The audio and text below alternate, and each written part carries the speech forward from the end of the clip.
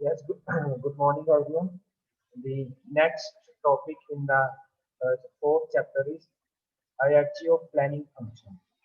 So, first of all, is what is planning? Planning is a pervasive function, therefore, it forms a hierarchy. The managers at different levels form different types of plans. Top level management prepares high level plans, whereas middle and first line managers prepare lower level plans. Therefore, lower level plans are consistent with higher level plans. तो इसमें देखो क्या है आपके पास hierarchy hierarchy means top से bottom की तरफ एक स्ट्रक्चर है ऑर्गेनाइजेशन स्ट्रक्चर है कि यहाँ पे कुछ पर्सन है यहाँ पे कुछ पर्सन है यहाँ पे इस तरीके से सबको अपने अपने काम असाइन कर रखे हैं ठीक है और यहाँ पे क्या है टॉप लेवल और यहाँ पे क्या है बॉटम लेवल ठीक है बॉटम लेवल और लोअर लेवल तो जो टॉप लेवल के ऊपर मैनेजमेंट है ठीक है वो अपना प्लानिंग तैयार करेगी और जो बॉटम लेवल के बीच में है या लोअर लेवल के बीच में है या मिडल के बीच में तो वो अपना अपना सब प्लान तैयार करेंगे ठीक है और जो सबके प्लान्स हैं टॉप लेवल के मिडल लेवल के ठीक है प्लस लोअर लेवल के इन तीनों के जो प्लान्स हैं आपस में कंसिस्टेंट होने चाहिए मीन्स एक दूसरे से इस तरीके से होने चाहिए कंसिस्टेंट मीन्स मिलने चाहिए तभी वो बेनिफिशियल होंगे ठीक है अब टॉप लेवल मैनेजमेंट ने जो प्लान बनाया मान लो वो किसी एक पर्टिकुलर डायरेक्शन में ठीक है और जो लोअर लेवल ने बनाया वो इसके साथ बिल्कुल मैच नहीं कर रहा तो दैट मीन्स दोनों के जो प्लान्स बनाए हैं वो आपस में मैच नहीं कर रहे तो दैट मीन्स इसका कोई यूज नहीं है मैनेजमेंट के लिए उस कंपनी के लिए ऑर्गेनाइजेशन के लिए इसका कोई बेनिफिट नहीं है तो जितने भी प्लान्स बनने हैं चाहे टॉप लेवल पे बने ठीक है हमारे पास क्या है टॉप मिडल एंड लोअर तो जो टॉप लेवल प्लान्स बना रही है और या लोअर लेवल बना रही है आपस में क्या होनी है कंसिस्टेंट होने चाहिए ठीक है ताकि तभी इनका जो कंबाइंड यूज है वो हम किसी ऑर्गेनाइजेशन में कर सकते हैं और फॉर एग्जांपल टॉप और मिडिल के जो प्लान्स है वो भी आपस में क्या होंगे कंसिस्टेंट होंगे मीन्स तीनों लेवल्स के ऊपर जो भी प्लान्स हैं आपस में कंसिस्टेंट होने चाहिए तो hierarchy of planning function in management तो क्या क्या इसमें पॉइंट्स आते हैं देखो वो हम डिस्कस करेंगे first is mission second is goals third is strategies, fourth is policies, fifth is procedures, next rules, programs, budgets. तो ये सारे चीजें आती हैं इसमें प्लानिंग फंक्शन ये क्वेश्चन इंपॉर्टेंट है बहुत बार आता है question explain the hierarchy of the planning in management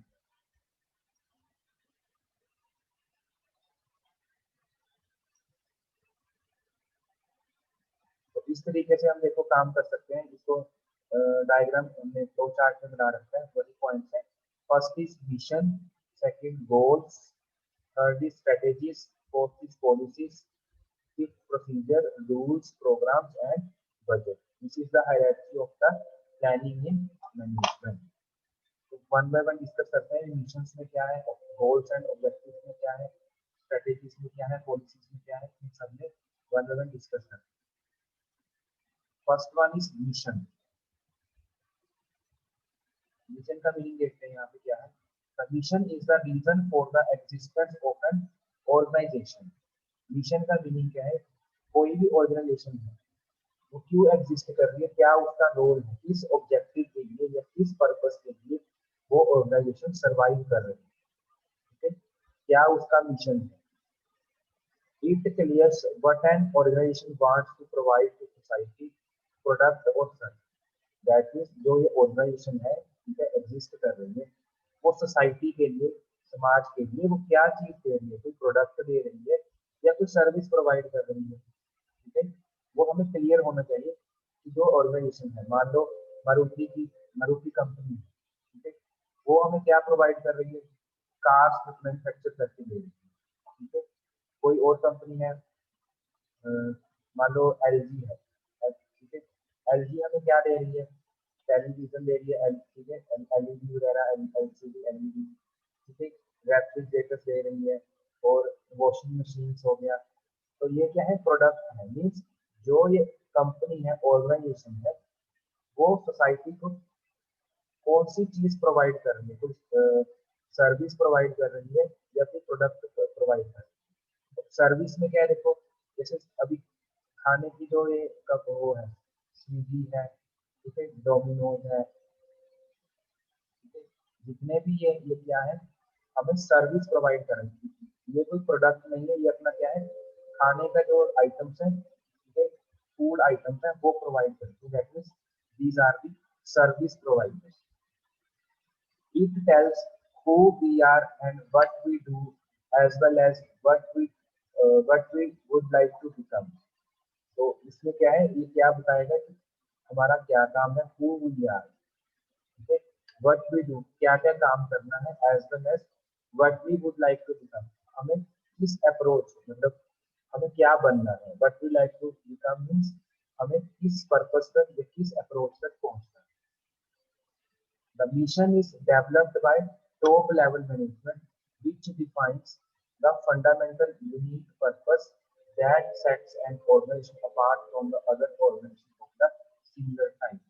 तो जो मिशन है, ठीक है, जो मेन मिशन है, कोई कंपनी है, ठीक है, कंपनी का जो सीईओ होगा या उनके सीईओ के नीचे टू और थर्ड टायर के ऊपर जो मैनेजमेंट के पर्सन होंगे, वही डिसाइड करेंगे कि जो हमने जो कंपनी खड़ी की है, एग्जिस्ट की है, ठीक है, उसका पर्पस क्या है, वो किस पर्पस के लिए हमने एग्जिस्ट की है। अब जो वर्कर्स हैं, वर्कर्स वर्कर्स थोड़ी ना ये चीज को डिसाइड करेंगे कि कौन सा प्रोडक्ट हमें बनाना है, ठीक है, वर्कर्स को तो अपना काम करना है। मीन्स जो टॉप लेवल के ऊपर है, वो मिशन को डेवलप करेंगे, ना कि जो लोअर लेवल के ऊपर। It also involves a company's philosophy about how it does business and treat its employees. तो जितनी भी पॉलिसीज हैं, कंपनी की पॉलिसीज हैं, ठीक है, जो पॉलिसीज क्या क्या है कंपनी की, और जो वर्कर्स हैं उनके पास क्या क्या राइट्स हैं, ठीक है, और उनकी सेफ्टी, सिक्योरिटी, वर्कर्स की, इन सब पॉइंट्स को कौन डिस्क्राइब करेगा, मिशन। मिशन में क्या है, मिशन कौन डेवलप करेगा, कंपनी। तो कंपनी का ये, कंपनी के पास पावर है कि जो भी कंपनी की पॉलिसीज है, ठीक है, जो वर्कर्स के राइट्स हैं, सेफ्टी है, सिक्योरिटी है, उस सब के बारे में सोचना किसका काम है, कंपनी का, ठीक है। अब लोअर लेवल के ऊपर जो वर्कर्स हैं, वो थोड़ी ना अपने खुद के लिए पॉलिसीज बनाएंगे। पॉलिसी कौन बनाएगा, जो टॉप लेवल के ऊपर, ठीक है। फॉर एग्जाम्पल कॉलेज में है, कॉलेज में आपको 9 बजे आना है, 4 बजे तक क्लास लगनी है, ये कौन डिसाइड करेगा, कॉलेज में जो हायर लेवल के ऊपर है वही डिसाइड करेंगे, ना कि स्टूडेंट्स डिसाइड करेंगे। अगर हम स्टूडेंट्स के हाथ में दे दें तो स्टूडेंट्स को रख देंगे कि 11 से 2 बजे तक क्लास होनी चाहिए, ठीक है। तो जितना भी ये पॉलिसीज हैं, स्ट्रेटेजीज हैं, वो कौन बनाएगा, टॉप लेवल के ऊपर जो भी मैनेजमेंट, ठीक है। Next is goals and objective. Goals are planned results to be achieve. तो गोल्स में क्या है, प्लानिंग करनी है, गोल्स में क्या है, इस पॉइंट तक पहुंचना है। These are accomplished by destinations that an organization plan to reach. तो ये क्या है, हमारे पास डेस्टिनेशन है, डेस्टिनेशन मीन हमारा लक्ष्य है, यहाँ तक हमें पहुंचना है। Goals specify what is to be accomplished and by whom and should be shown in the quantitative terms.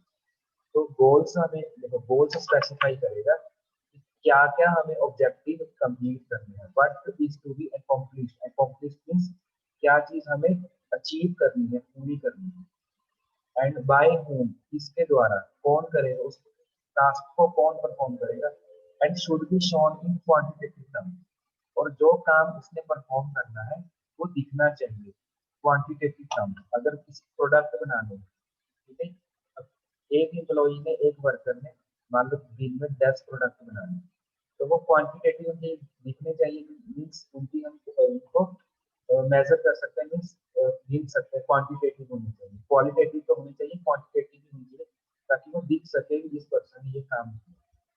They should be consistent with the mission of an organisation. जो कंपनी ने मिशन खड़ा किया था या जो टारगेट था company का, वो उसके साथ कंसिस्टेंट होना चाहिए, उसके साथ मैच करना चाहिए। Third one is strategies. It is one of the important parts of the hierarchy of planning and function. तो ये भी एक क्या strategies means जितने भी schemes बनानी है strategies, ठीक है, तो वो क्या है सबसे important part।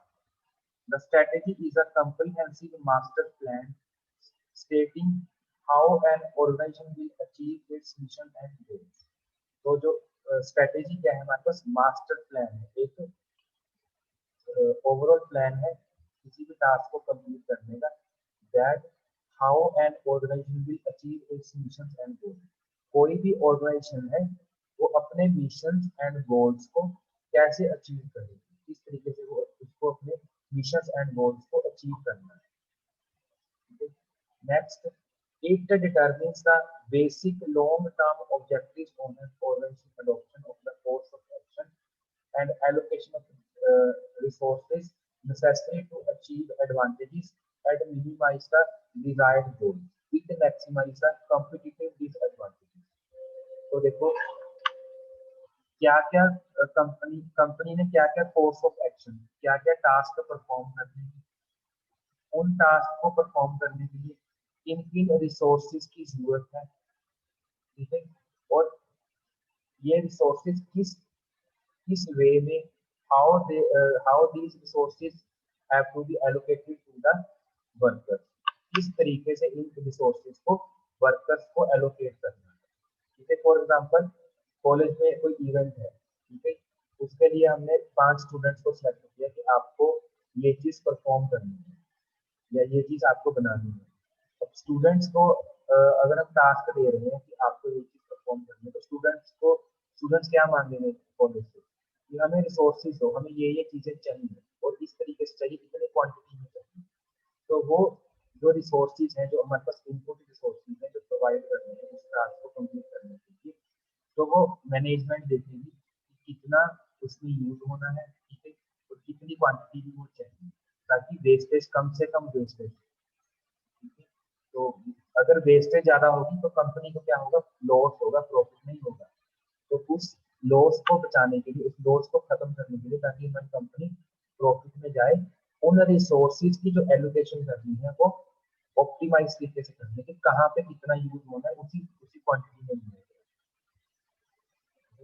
तो स्ट्रेटेजी क्या है, देखो फॉर एग्जांपल कोई वॉर हो रही है, लड़ाई हो रही है, ठीक है। अब जो मान लो एक कंट्री की दूसरी कंट्री के साथ वॉर चल रही है, अब इनके पास रिसोर्सेज हैं, एक कंट्री के पास अपने रिसोर्सेज हैं और दूसरी कंपनी के पास अपने रिसोर्सेज, ठीक है। जब वॉर होगी, वॉर में क्या है, दोनों दोनों कंट्रीज के रिसोर्सेज की जो डैमेजिंग होगी, नुकसान किसका होगा, दोनों कंट्रीज का होगा, ठीक है। जो भी नहीं कि एक ही कंट्री के ज्यादा नुकसान होगा, दोनों कंट्रीज का नुकसान होगा। बट मान लो इनके पास 1000 आइटम्स हैं यूज करने के लिए और इनके पास भी 1000 आइटम्स, और 1000 में से मान लो इनके पास सिर्फ 500 बची हैं और इनके पास 200 बची, ठीक है, वॉर के लिए। अब जिसके पास 200 है, उस ऑब्जेक्टिव तो उसका भी क्या है कि मुझे ये वॉर जीतनी है, ये लड़ाई मुझे जीतनी है, ठीक है, बट उसके पास रिसोर्सेज कम है। बट फिर उस टाइम वो क्या करेगा, स्ट्रेटेजी यूज करेगा किस तरीके से हमें 200 रिसोर्सेज के साथ ये वॉर जीतनी है, जबकि हमारा जो एनिमी है, जो हमारे सामने है, उसके पास 500 रिसोर्सेज। तो यही काम क्या होता है किसी भी ऑर्गेनाइजेशन में भी है, अगर हमारे पास रिसोर्सेज कम है, कम रिसोर्सेज में हमें ज्यादा आउटपुट किस तरीके से करना है, वही तो स्ट्रेटेजी बनानी है। अब वो स्ट्रेटेजी कौन बनाएगा, प्लानिंग फंक्शन। तो यही तो हम डिस्कस कर रहे हैं कि प्लानिंग फंक्शन किस तरीके से एग्जीक्यूट होता है।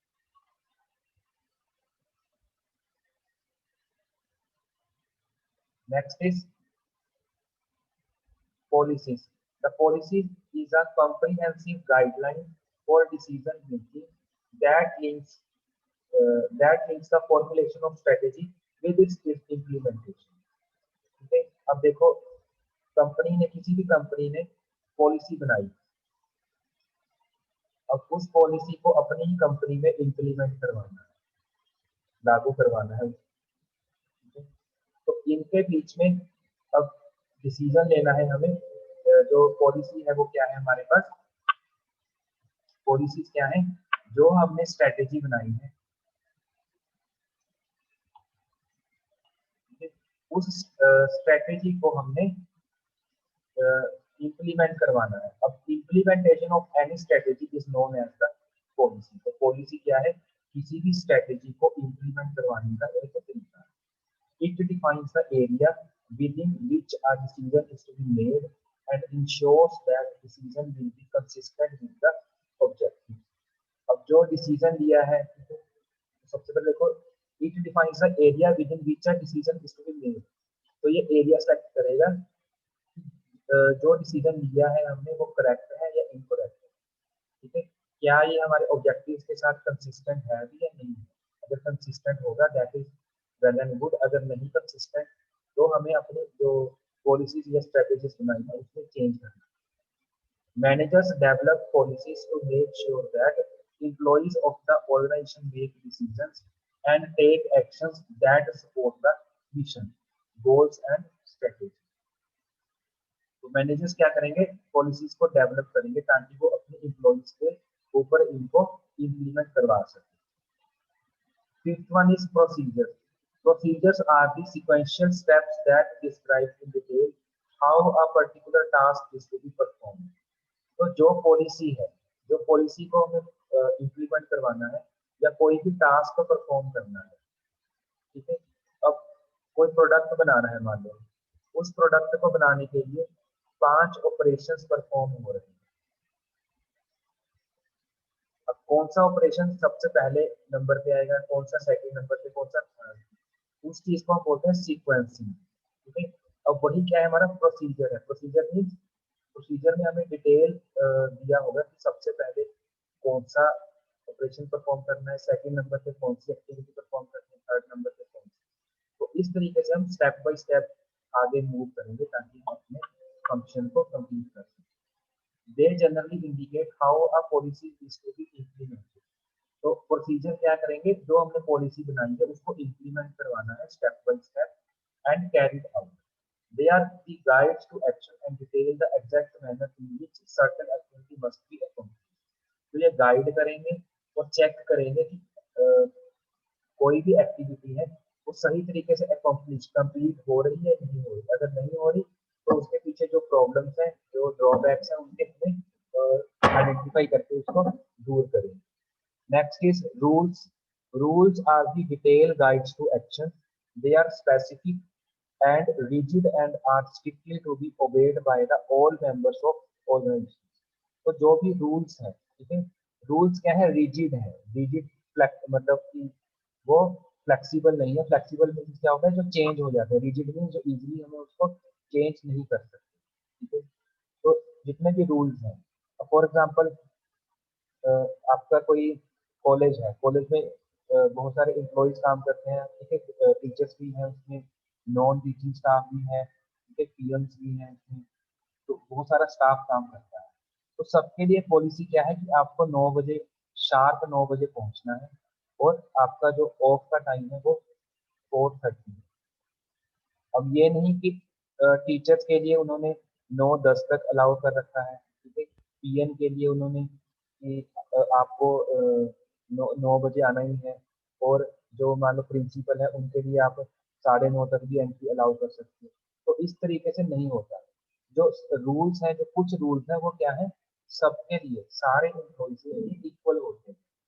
ठीक है, तो ऐसा कुछ नहीं है कि जो रूल्स हैं वो क्या होंगे, रिजिड होने चाहिए, rigid for everyone and obeyed by the all members. तो वो उसको सारे मेंबर्स के थ्रू ओबे करना चाहिए, उनको फॉलो करना चाहिए। It is essential to operate an organization in an orderly way. तो किसी भी ऑर्गेनाइजेशन को ऑपरेट करने के लिए ये सारे रूल्स ऑर्डर में ओबे होने चाहिए। They must be followed precisely and observe strictly. तो ये प्रिसाइजली मैनर में ओबे होनी चाहिए और स्ट्रिक्टली, अगर कोई फॉलो नहीं करता तो उसको स्ट्रिक्टली फॉलो करवाना चाहिए। ठीक है, the violation of rules is associated with disciplinary action. तो अगर उसको कोई वायलेट करता है, उस रूल्स को नहीं मानता, तो उसके ऊपर हम डिसिप्लिनरी एक्शन, अनुशासनहीनता का कोई एक्शन ले सकते हैं। ठीक है। Next is programme. Programs is a statement of activities essential to accomplish a single use plan। तो कोई सिर्फ एक सिंगल यूज के लिए जो प्लान तैयार किया है, उसके लिए जो एक्टिविटीज है उनको हम क्या कहेंगे? प्रोग्राम्स कहेंगे। It is an comprehensive plan consisting of a complex set of goals, procedures, rules, resources, etc. It is an aggregate of several related action plans that are designed to accomplish a mission। तो इसमें क्या है? Goals होंगे, procedures होंगे, rules होंगे, resources होंगे। इन सबका जो कॉम्प्लेक्स मिक्सचर है उसको हम क्या बोलते हैं? तो budgets. The budget is a short term financial plan. ठीक है। The budget is a short term financial plan which is presented in terms of money.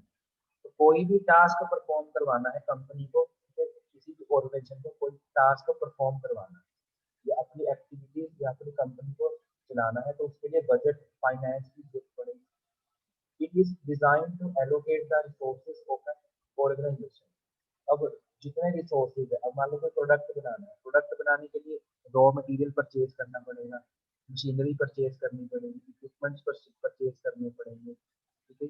Skilled labour भी चाहिए, उनको सैलरी भी देनी है। तो ये सारी चीजें क्या है? Input resources. अब इनपुट रिसोर्सेज को काम पे यूज करने के लिए जो उनको काम एलोकेट किया गया है, उस काम को अकॉम्प्लिश करने के लिए, पूरा करने के लिए, तो इन्वेस्टमेंट तो यूज होगी, मनी तो यूज होगी, बिकॉज प्रोडक्ट को बनाने के लिए रॉ मटेरियल भी चाहिए, मशीनरी भी चाहिए, ठीक है, वर्कर्स भी चाहिए। वर्कर्स अगर काम करेंगे तो उनको सैलरी भी देनी पड़ेगी। तो ये सारा क्या है? बजट। बजट में ये देखा जाता है कि कितने हमें एम्प्लॉइज की जरूरत है उस लिमिट को अचीव करने के लिए।